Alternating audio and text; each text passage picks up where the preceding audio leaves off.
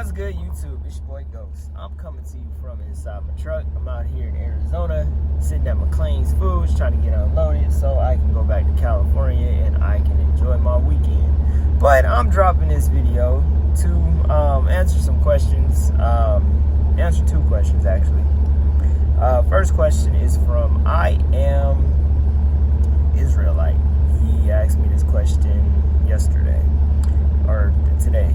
He said, "What's good, Ghost? I recently purchased a truck, 2013, with 95,000 miles on it from Ryder.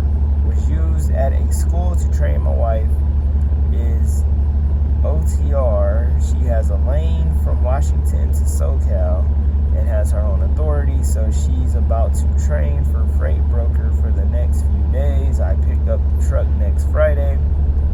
I work in SF, I'm thinking San Francisco, at utility company, making about the same you were making, if not more, at the county.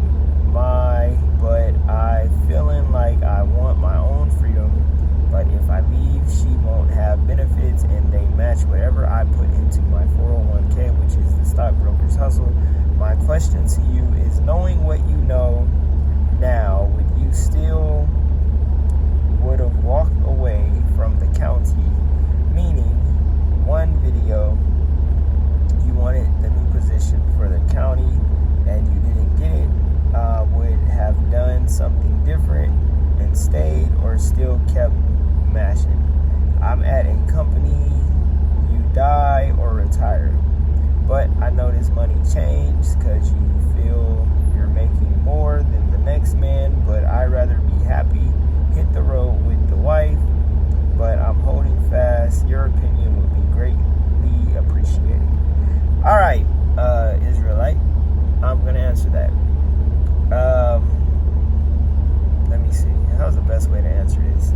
I think for my situation, I was kind of straddling the fence about trucking, and after I saw, how the county did me, and just with that whole situation, it was just kind of like my big break to just leave.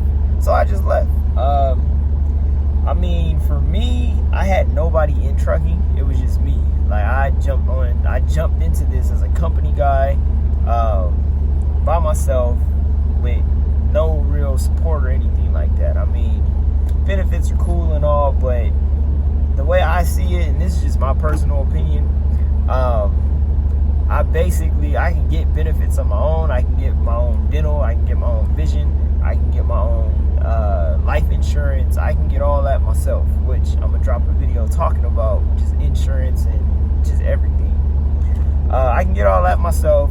Same with either a 401, not really 401k, but you can get some type of retirement plans if you want.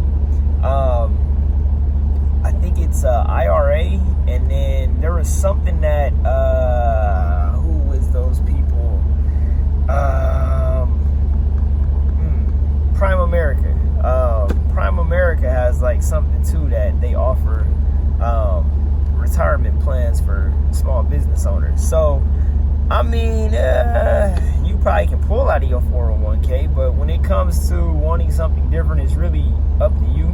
It's your choice. That's not something that I would personally tell you what to do and what not to do, because you're a grown-ass man at the end of the day. So whatever you choose to do, whichever route you choose to take, that's on you. But me personally, I didn't have anybody in trucking. I had to go the company route and do all that.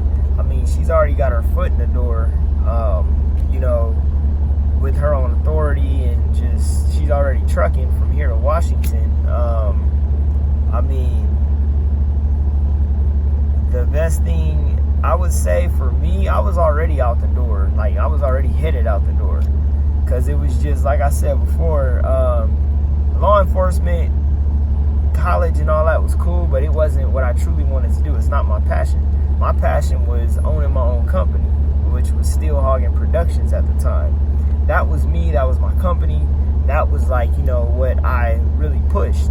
It's just my job was just something, like the old saying goes, do your job, but mind your business. I did my job, which was, with the county, with probations and all that, but I minded my business too, which was Steel Hogging Productions. And that's what basically, that's where my heart was at. You just got to ask yourself where your heart is. Is your heart in working for a company for the rest of your life until you, like you said, you die or retire? Or is your heart in chasing after a dream? And I mean, the best thing that I can tell you is to go after your dream, because at the end of the day, you just got to weigh out the pros and cons. I can't tell you whether to leave your company or not. That's really up to you. If y'all are about to pick up a truck, which a 2013 with only 95,000 miles on it, that's a hell of a deal. Because, I mean, a truck like that is damn near almost 6 figures. Especially with the year and that less of miles. You better check the transmission and the clutch, especially if it was out of school, because I'm sure them kids or them students then tore it up. But anyways, that's neither here or there. But I think for me, I just would have kept pursuing my dream. I wanted to get into this industry, and wasn't nobody gonna stop me. So I mean, you just gotta look at it like that. Do what makes you happy. That's the best advice I can give you. So next question. Somebody said, this is from Everett Meadows: my main mental hurdle to planning more in the business is attracting drivers. I know it's all a risk, but you must have some type of reliable system in place. Maybe you can do a video on that or suggest another way that I can move past that question with confidence. Let me see. Getting past attracting drivers and everything else, honestly, I'm gonna just keep it real with you. I really don't have a system. That's why, my mom and them fired me from doing it anyway, because they told me whatever system I had was shit. That was their, exact words. So, I really don't have a reliable system. Like I said before, I used to hire drivers off of word of mouth. If I knew a driver and they knew somebody and they recommended them, hey, like I said before, you can come run for us as long as you qualify. But, after my 2 marijuana situations, now it's kind of like, it's like hit or miss with drivers, I really can't tell you how to pick them, because it's drivers from Cali versus drivers from, we'll say, North Carolina. 2 different breeds of people. That's the best way I can put it, because I have a driver now that's from South Carolina. He lives in Cali. Completely different breed of driver. I mean, that dude is a monster compared to, a California driver that's from Cali. They just got 2 different mindsets. It just seems like my driver from the East Coast is hungry. He wants to work. He wants it.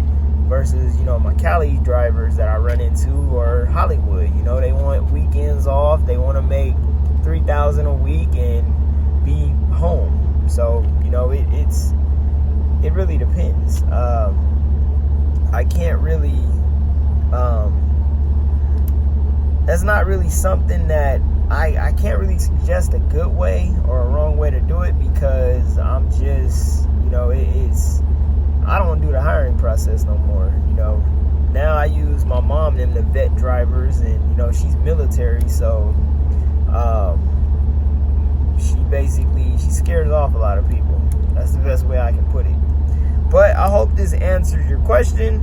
I mean, the best thing to do is just pray for the best. I mean, go through background checks and everything else. That's the best way that you can really vet a driver, is to,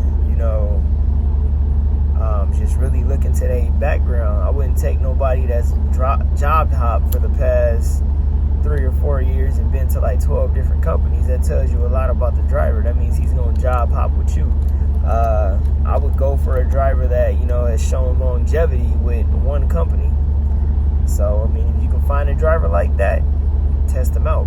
But be careful of the drivers that job hop, because the same way they job hop with other companies is the same way they will job hop with you. So I hope this answers questions. If y'all got any more, leave them in the comment section. I'm going to just start answering questions like this because I get so many of them. So yeah, love, peace, prosperity, and I will catch y'all in the next video. Deuces.